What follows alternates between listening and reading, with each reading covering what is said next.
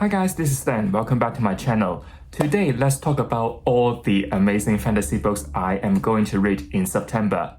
This list, I would say, is quite diverse. Don't get me wrong, they are still fantasy books. There's gonna be like the first book of a new series to me or an epic conclusion to an old series. Without further ado, let's dive into my September TBR. First of all, I have The Autumn Republic by Brian McClellan, the last book of the Pilgrimage trilogy. I was going to read this one in August, but I spent too much time on catching up with my July's TBR, so I didn't have time for this massive fantasy book. If you haven't heard about this Pilgrimage trilogy, it is giving like a Napoleonic vibe. I hope it is how you say it. It is about the leader of this pilgrimage called Thomas, overthrow the corrupt monarchy and settle down the relationship with the neighboring nations. We would have other POV like Thomas' son, Daniel, who will fight in the front line. We also have a retired police inspector called Adamet, who would help investigate the conspiracy in the city. Last but not least, we also have a laundress called Lena, who would secretly take care of the son of the old dead king. If you counted the math, I am 2 books in, and what I do like about this series is the plot. It is really intriguing with layers of secrets behind the plot. We also gonna follow a huge cast of characters, but they are not overwhelming. They are all quite unique and distinctive, and they all have really complicated relationships between each other. The magic system in this world is very interesting. We got 3 kinds of them. First of all, we have the naked. It is like a minor sort of enhanced abilities. Let's say you don't need much rest, or you can tell lies from the truth, or you may have excellent memories. And then we have what I would say is like the old school magic system, which is called the privilege. Those who can wield elements with the use of their both hands. Lastly, of course, it's gonna be the powder mage. Those who can use gunpowders to enhance their senses, or even control a gunshot to give you better accuracy. In this story, there is a very interesting conflict between the privilege and the powder mage. It sort of reminds me of like a republic versus a monarchy, because like old school versus the new one. All in all, I was very invested in this series, so I can't wait to see how this series is gonna end. Speaking of continuing a series, it is like catching up with the latest. I have The Ice by Ryan Cahill, the 3rd novella of the Bound and the Broken series. Oh my god, the 3rd novel is just too good, and it's gonna be like my favorite book of all time. This series has been improving and growing. There are pain, there are joy, there are tears, there are reunion. There are just like too many emotional moments packed in one book. If you don't know, The Bound and the Broken is an epic fantasy series set in a world called Euphoria. The Bloodline rise 400 years ago. There was a betrayal from the Dralad, those who can bound to dragons, leading to the fall and the evil ruled. Coming to now, we're gonna follow a huge cast of characters, but mainly we will focus on Canaan, a young man who joined the rebellion against the Laurian Empire. Since he can bound with a dragon, one that cannot be done for so long after the fall, he was seen as a symbol of hope in this rebellion. This rebellion was led by a character called Asen, who gonna be the main character in this 3rd novella, The Ice. It will be about him retrieving this dragon egg who gonna be bound to Canaan in the future from the north. From the story, we're gonna know this task gonna be very challenging, so I wanna see how this powerful man survived this mission impossible. You watched this far already, don't forget to like this video if you enjoy it. Subscribe to my channel, Fantasy, so I can pop out on your homepage more. Here comes another series I would like to keep on reading. I have Jade War by Fonda Lee, the 2nd book of the Green Bone saga. By the time of filming, I am roughly around 150 pages into the first book, Jade City. By the way, if you can't tell already, it is from the Broken Binding Fantasy subscription, and I really love this new design because it looks really special. I especially love this top and bottom stencil edge. It looks really cool, and I guess it is like the Moonblade from the story.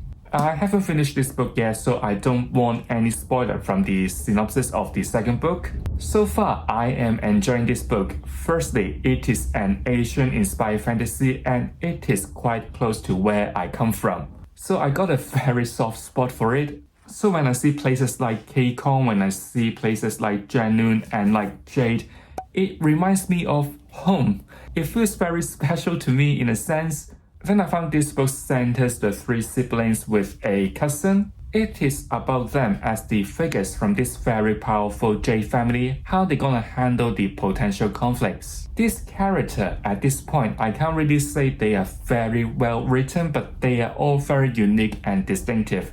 They are very rich in their background. In the first 100 pages, we know about their past. They got their own past to make them the person they are now. How you gonna train to be a Jade warrior, what sort of powers this kind of Jade gonna give you are also very intriguing. So I would definitely keep on reading this series. By the way, I found like it's very weird to have like one single character as like the front cover, and I know who he is, but he's like Harry Potter. Speaking of subscription book, I have the Gospel GSFF book, and it is the Palace of Eros by Caro de Robertis. I am a bit intimidated by this one because it doesn't sound like something that I usually read. On Goodreads, I can see texts like Greek mythology, of course, and then romance and queer. Scrolling down the reviews on Goodreads, I think it is about a lesbian relationship between two Greek gods, Eros and Psyche. This relationship has to stay hidden because of the family pressure. I mean, you got Zeus and Aphrodite behind you. It is a story of exploring sexualities and freedom with a very beautiful writing style.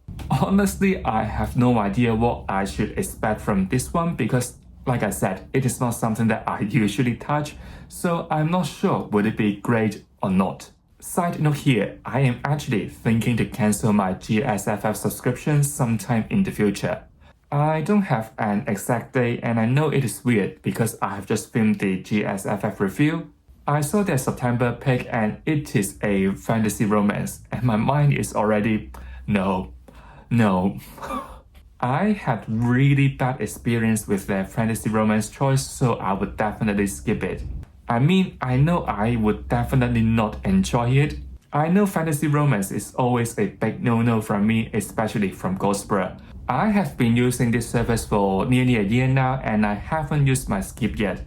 So I have received every single one of the books since I joined this subscription. Now I can proudly, confidently say that what sort of books I am into. The Palace of Eros is like the last straw for me to test whether I should continue with this subscription or not. The reason I am thinking like this is also down to the fact that every single month you would definitely see that book on my TBR, meaning that every month I've got one less book of my free own choice. I am not complaining here, but like for the last couple of books, I do find it difficult for me to connect with them.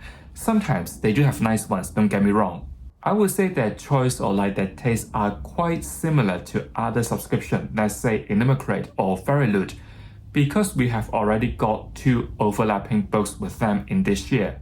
January, Voyage of the Dam clash with Inimicrate, and then in July, The Night Ends with Fire with Fairy Loot. Or if you are into certain titles from the GSFF, unless it is like a very popular book, usually and quite likely you can get one from their leftover stock. Or maybe in the future, I will keep an eye on their monthly GSFF announcement, see if any new titles I am interested in, then I can mark it down on my diary about their release date, then I can get a standard one or just check my local library if those titles sounds interesting but I am not certain with. Very quickly, here is the last book. I don't know why filming this video feels so quick to me. And we have The Grace of Kings by Ken Liu, the first book of the Dandanian dynasty. I forgot in which video I said that I want to check this series out starting in September this year, so here we are. I will definitely do a reading vlog for this series so we can read together. I plan to read one book from this series monthly, so hopefully I can finish the whole series by the end of the year. Because we only got 4 books and we can read one in September, October, November and December. If you don't know, the Dandanian Dynasty is an epic fantasy series inspired by Chinese mythology, culture and history. I think in the beginning of this series, we're gonna follow 2 main characters, Kumi, a bandit, and a noble warrior called Marta, work together to overthrow an empire. Then we will follow the process of building a new society and its challenges. What is interesting about this series is the so-called silk punt technology invented by the author, which combines the Southeast Asian technology with fantasy elements. So on some covers of the books, we may see aircrafts, advanced engineering, and mechanical devices. I have heard the first book is like a massive hurdle. Once we get through it, the rest of the series will be quite rewarding. So I guess, let's work together. So here are the 5 books I would like to read in September. They are so different from each other. We have the classic epic fantasy, military, Asian-inspired, and romance. I honestly can't wait to check every single one of them out. I will probably do reading vlogs documenting my process of reading them. So if you want a light spoiler read it on, stay tuned to them. And don't forget to come back in the first week of October to check out my reading wrap-up of this month. So if you have enjoyed this video, don't forget to give it a like. If you don't want to miss any content from me, make sure you have subscribed to my channel. I will see you real soon. Goodbye!